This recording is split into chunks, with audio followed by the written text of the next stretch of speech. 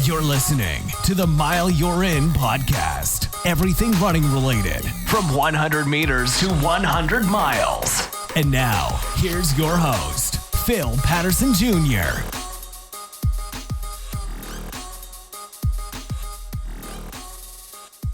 What's going on, everybody? Welcome back to another episode of the Mile You're In podcast. I have to apologize first. I understand I did not keep my word of putting out an episode every 2 weeks. I missed the last scheduled episode and I apologize, but things came up. And to be honest, I also really didn't have anything on my heart to talk about and I didn't want to force it. So I just decided to skip the last scheduled episode and here I am. We're back. The streak, we're going to start a new streak. Let's just put it that way. But always, first, shout out to Mr. Anonymous for continuously showing support through Patreon. If you're interested, the link is in the show notes. You can support through Spotify. I don't know if there's any other ways you can that I'm aware of, at least. And also, if you're interested in, or if you know somebody who's interested in being coached, I'm a coach, certified. Walkers, runners, 5Ks to 100 miles.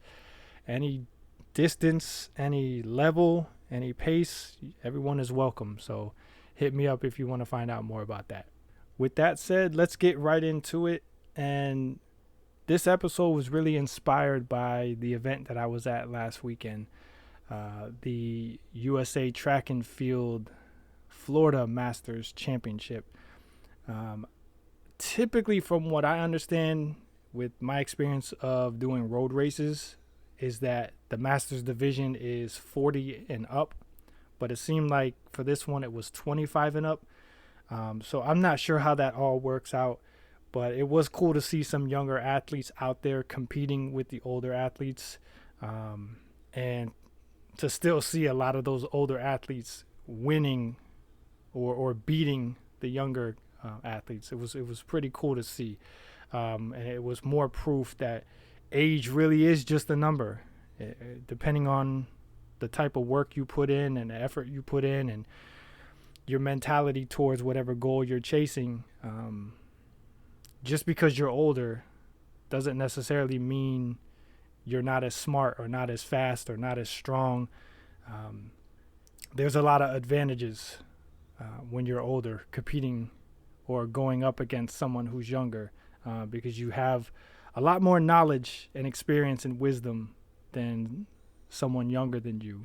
And I think we tend to forget that advantage that we can have being older and having that longer time on earth to experience things and discover things that they haven't yet. And it was just really cool to see these athletes, whether they were on the field events or the track events. I was very impressed at the physique of a lot of these older athletes, because you see things on social media or you just see people everyday life that are in their 60s, 70s, and 80s, and a lot of times we look at them and we're like, man, I don't want to be like that. I'm dreading getting to that point. But then I'm at this event looking at 60, 70, and 80-year-olds like, yo, they look good. So it's really what your mentality is, what kind of drive you have to live a healthier and better life, and just be active to keep your mind and your body strong.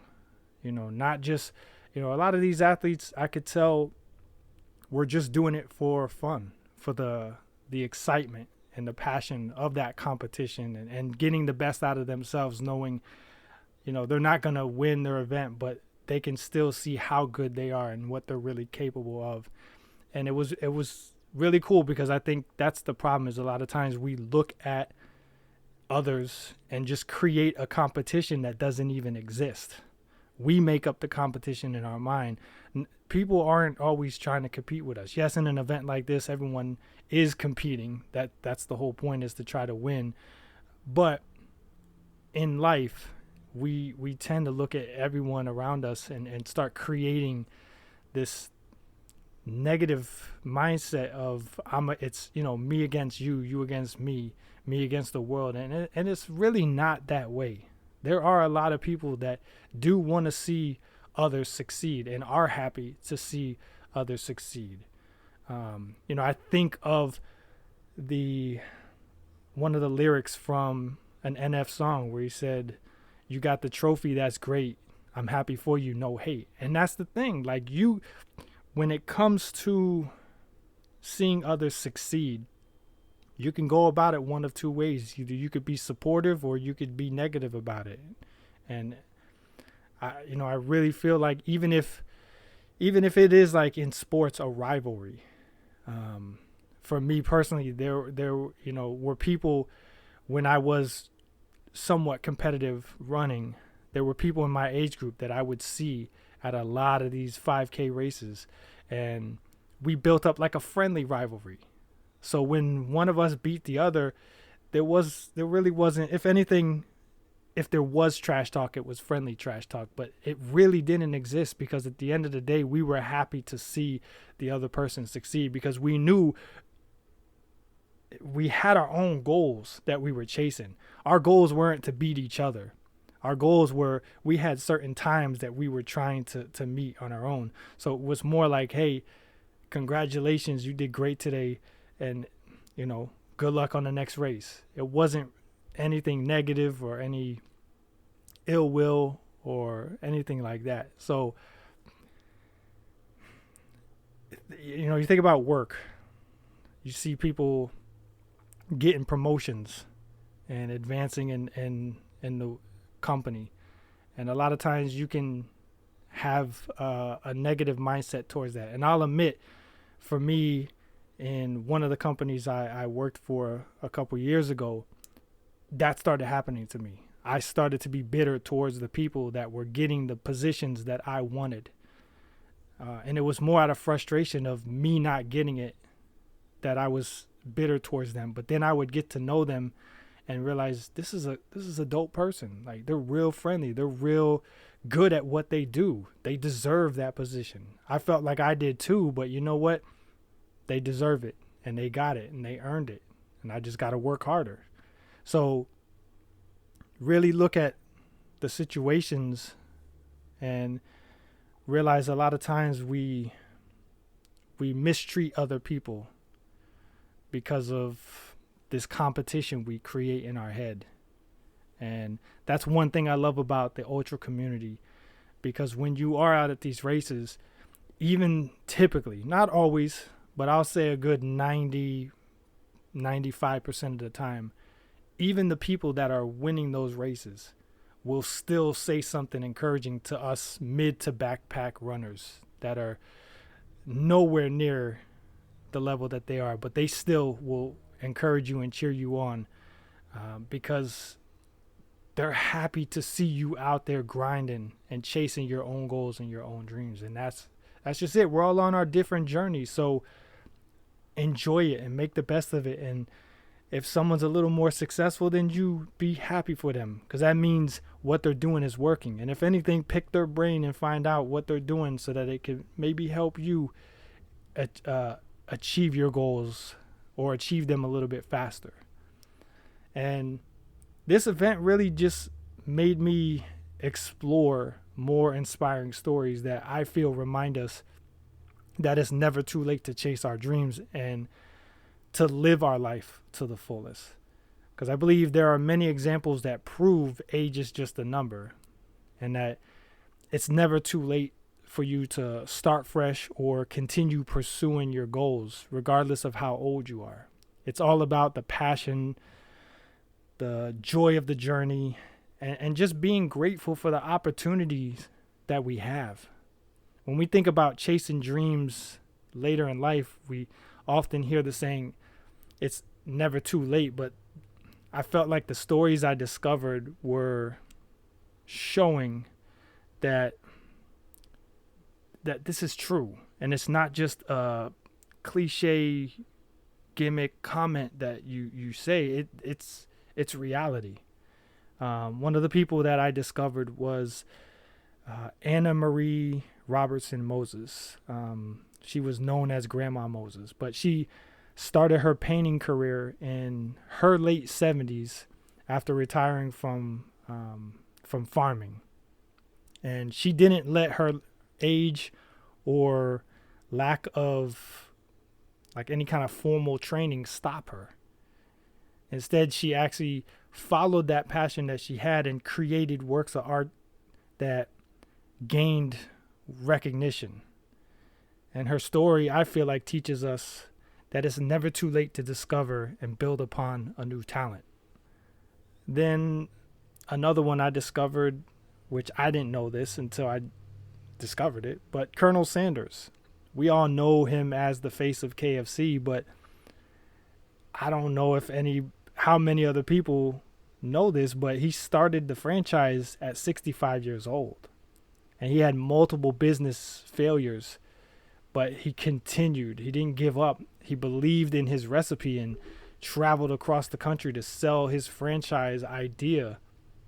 And because of that, with his perseverance, it paid off. And look at it today. KFC is a global fast food company. With sports, we often think about the physical demands, which makes the barrier more significant. A popular saying is that athletes will always lose to Father Time. However, there are many examples of athletes that have defied those limitations. And forgive me if I'm saying a lot of these names wrong. I didn't look up how to. Ethel don't come for me. I know Ethel. See, last week at the event, Ethel was cracking jokes about how I be messing up and joking about it. So I know if I mess these names up, Ethel gonna come for me. But I think it's Dara Torres or Dara Torres. I'm gonna say Dara, but I felt like she was a perfect example because at 41 years old, she competed in the 2008 Beijing Olympics and won 3 silver medals as a swimmer. And she was competing against much younger athletes, but proved that determination and passion can overcome the expected limitations of age. Her performance was a testament to the idea that as long as you have the drive, anything is impossible. We all know about Tom Brady. I don't even know if I really got to talk about it. But if you don't know about Tom Brady, at 43 years old, he led the Tampa Bay Buccaneers to a Super Bowl victory, proving that not just skill, but also having that relentless commitment to excellence can lead to success. Because despite many writing him off, me being one of them, because of his age, he continued to excel, demonstrating that age is just a number when it comes to pursuing your dreams. And then I thought about finding love later in life. Because as I started putting myself out there after my divorce, I seen how different the dating scene was, how much the mentality has changed. And I wondered if it was possible to find love again. But I realized love, too, has no age limit. I discovered Barbara Beskind. Ethel. I'm referring. Anytime I mess up now, I'm gonna refer to Ethel because I know she. Anyways, Barbara found love and companionship in her 90s. Like we're out here in our 30s and 40s, maybe 50s, complaining about finding love, and she found it in her 90s. And that just proves that meaningful relationships can form at any age and any stage of life. It's a beautiful reminder that it's never too late to open your heart to new possibilities. Education is another area where age should never be a barrier. I know a lot of people will think, well, what's the point? You're probably not even going to get to use that knowledge towards anything, but that's not the point. You know what I mean? When I go out and train, people say, well, do you ever win your races? No, I don't. But that's not what it's about. It's about the passion I have to see what I'm capable of and what I can accomplish and how far I can push myself, how far I'm willing to push myself. It's not about always winning. Success isn't always just in being the best and winning. Success has so many other meanings when it comes to life. And in that story, her name is Nola Oakes.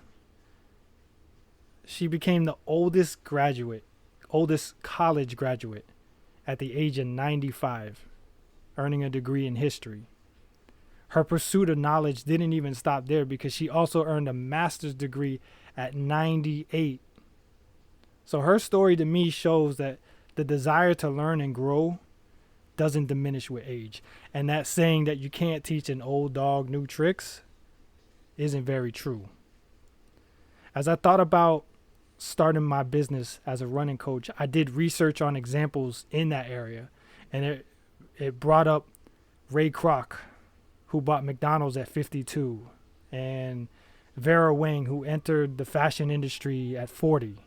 Both show that entrepreneurial success. Wait, did I say that right? Entrepreneurial?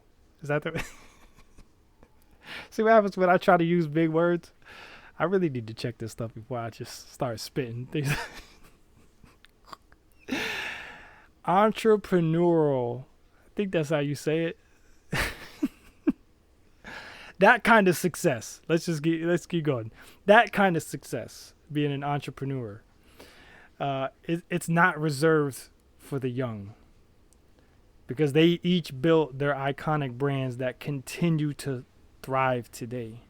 And these stories share a common thread, and that's passion. It's the passion that drives us, that keeps us going, and that makes the journey worthwhile. Whether it's the joy of creating, the thrill of competition, the warmth of companionship, the quest for knowledge, or the excitement of building something new. It's the passion that fuels our dreams. And remember, it's not necessarily about being the best. I just said that. It's about loving what you do and being grateful for every moment you get to spend doing it. It's about finding happiness in the pursuit and appreciating the journey as much as the destination. Because I've accomplished so many things in my life so far, and a lot of times where I find myself getting the most emotional about that entire journey isn't even the end point where you accomplish the goal and you feel successful. It's remembering everything that you went through that led up to that point. All the highs, all the lows, all the doubts, all the fears, all the questions, the second guessing, the praying, asking for help, asking for guidance, turning down help, turning down guidance. There's so many scenarios that can take place in your journey for your goal and your dreams. And all of that should be appreciated as much as the finish line when it's all said and done.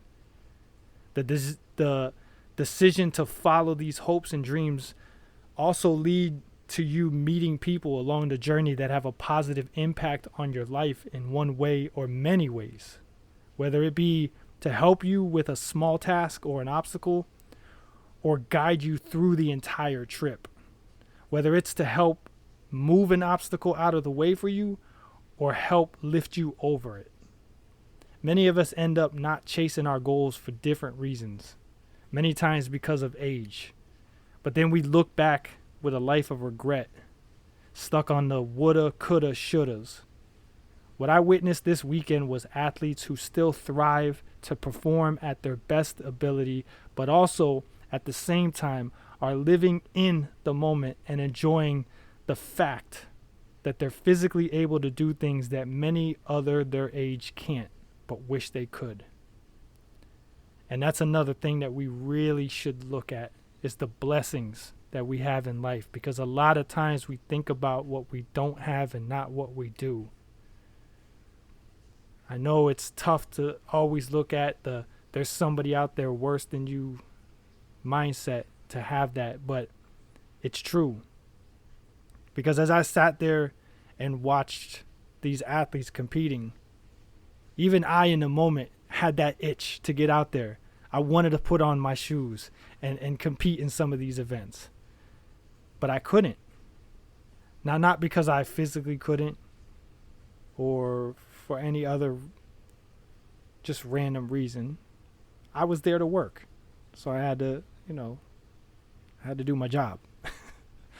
But watching them get to do what they love to do and having fun doing it, whether they won or lost, whether they hit their goal or not, whether they got a personal best or not, at the end of the day, that didn't matter. They were happy to be able to be there and do what they love to do.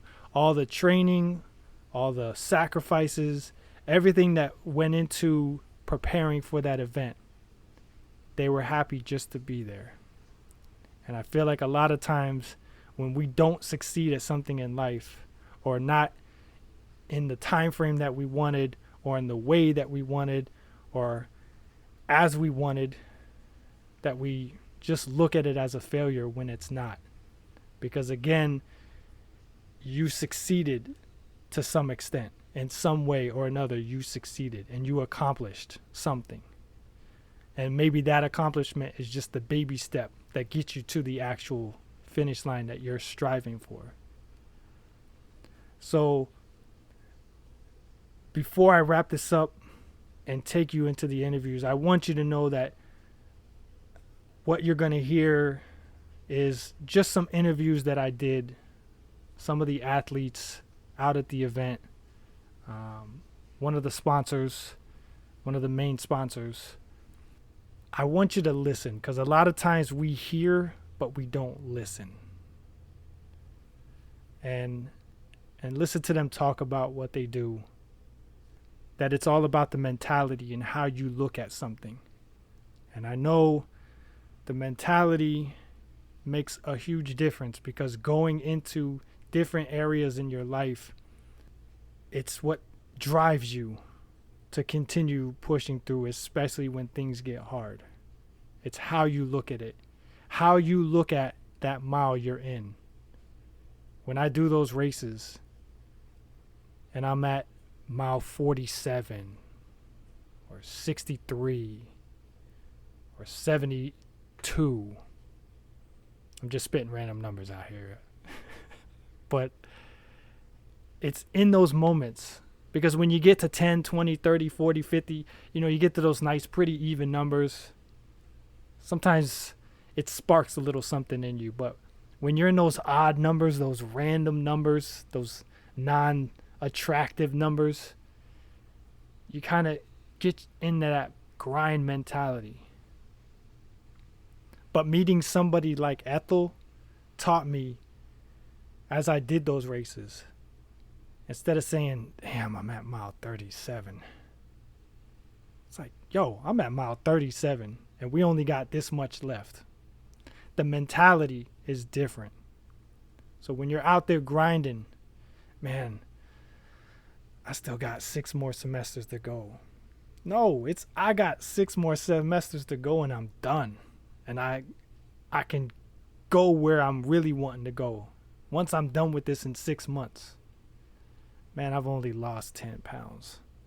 No, I lost 10 pounds and I only got 10 more to go. I'm halfway there. Man, I'm only making this much money. Man, I'm making this much money and I got my bills paid. I got food on my table. I got transportation. It's the mentality. And it's not easy, especially in this time. It's not easy. So if you're struggling with having that mentality, try to find people like Ethel to surround yourself with, because it's going to rub off on you. Because now I find myself talking to people going through things and my mentality changes. Not always. I struggle with it too. Sometimes I need an Ethel or somebody else in my life that I know I could reach out to and talk to, and that's going to lift my spirits because their mentality is different. But sometimes it's reversed and they're going to need me to do the same thing for them. So until the next episode, if you're considering starting something or getting back into something, but because of your age, you're hesitant, use this as motivation to reconsider and ignore the fears and doubts. Go get that education. Go start that business. Go find the love of your life. Go see what you're still capable of. All right, so I'm here with Noelia from Heal the Planet. Tell us a little bit about what you guys do. Heal the Planet is a nonprofit organization that educates children and adults about wellness, nutrition, sustainability, and power of choice, and how every choice that we make not only affect you as a human being, but also the environment, the planet, and how we can all make a difference. Even with small things, it can create a huge impact. I see you guys do a lot of stuff, beach cleanups, and I'm big on that. I love the beach. What kind of events do you do for that? Well, we do the beach cleanups. We also do waterway cleanups. And then we now started a new program, which is Walk with a Purpose. We go around neighborhoods and we clean basically the streets. Nice. Do you guys do like running events too? Like I see people with the bags and they pick up stuff and run with the bags. Well, we haven't done a trash running event, but we do a 5K event. Okay. We have one coming up in September, and this will be our third year. And we educate people about keeping the streets clean. And at the end of the day, we want to prevent waste. So overconsumption is a big issue, as you probably know, in the United States. And the idea is to educate the community how they can reuse, upcycle, and recycle instead of buying new and creating more waste. And depleting their resources, because they are not unlimited. This is one planet and we have to take care of it. And are you guys just local, or is this something nationally? Well, we are in Broward, but we have the 100+ ways to heal the planet. It's a resource that we have on our website where anyone can access. We have people even from Pakistan reaching out, trying to give information so they can use it there. The truth is, if you really want to make a difference, no matter where you are, you check us out, healtheplanet.com, and through these resources, you can make a difference, even if you're in India or China or New York. That's true, because it's not just local. We got to heal the whole planet. Oh, yes. And it starts with us, right? Right. One little bottle, one little piece of napkin, trash on the floor, everything counts. Oh, yes. I'm here with Catherine, the winner of the women's 1500. How do you feel about your race today? I was really happy with it. I've been running over the track season mostly in 5K college races, so it was really great to put myself out there and challenge myself with something shorter, especially with the wind. I was a bit hesitant before I got on the line, but I thought, no, I'm going to go out aggressive, just like my coach said. Are you from around here, or? Yeah, I'm from around here. I grew up in South Florida, and so I've been running here my whole life pretty much. Yeah. You're used to the heat? Yes, I am used to the heat. It still is pretty rough coming out here like in the middle of the day and doing it, but we train in it all the time around like 3-4 p.m. So you just have to adjust and adapt and trust in yourself. Right. Are you doing any other events, or this was just the only one for today? I think I'm going to do the 800, and then maybe the 3K will just be a bonus depending on how I'm feeling. So we'll see. So is this like the 1500 is your prime one? That's the one you love the most, or? Definitely. I feel like the 1600 and the mile, I've always considered myself not the best at the 1600. Like even in high school, I felt more comfortable doing longer distances. So definitely I feel like the 5,000 and the 2 mile are definitely my comfort spots. Okay. Well, congratulations on the win. Thank you very much. You led the whole race, right? Yeah. That was sort of the plan. Final just go call, out aggressive. Because if I don't start out fast, I usually can't get into it later on. Final call, so 100-meter hurdles. Get into that rhythm at the start. Final That's call, what I 100-meter wanted to do. hurdles. What's your name and where you from? Amanda Roberts. I'm from Gainesville, Florida.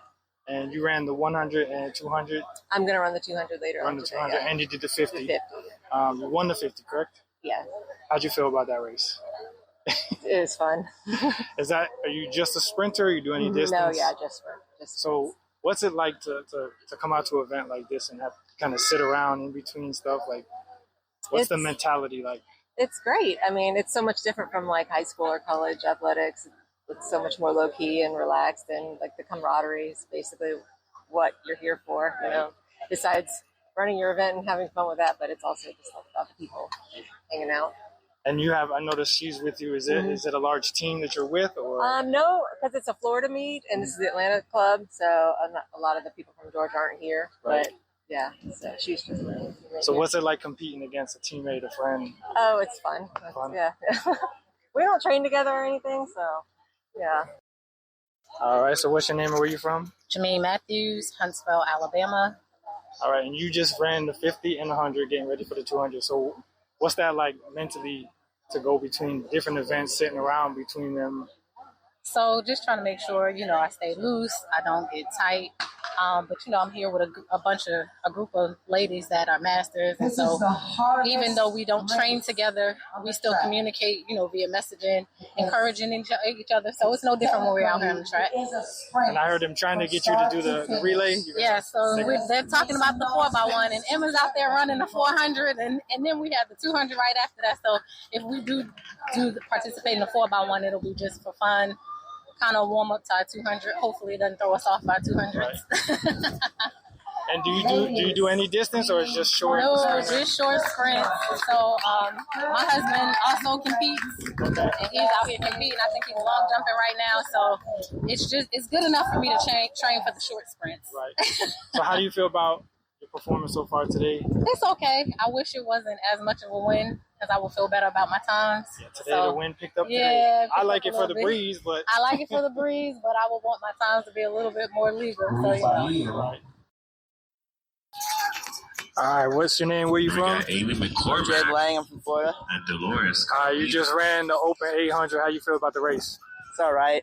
Kind of bad win on the backstretch. Didn't get the time I wanted, but I haven't run in 2 days. I'm sick, so I'm fine with it. Have you been training for this at all? Or? Yeah, I've been waking up and running. All right. For work. Is this your main distance, or you run other ones you focus on? Yeah, I do this in the 16. Okay. So what you got coming up?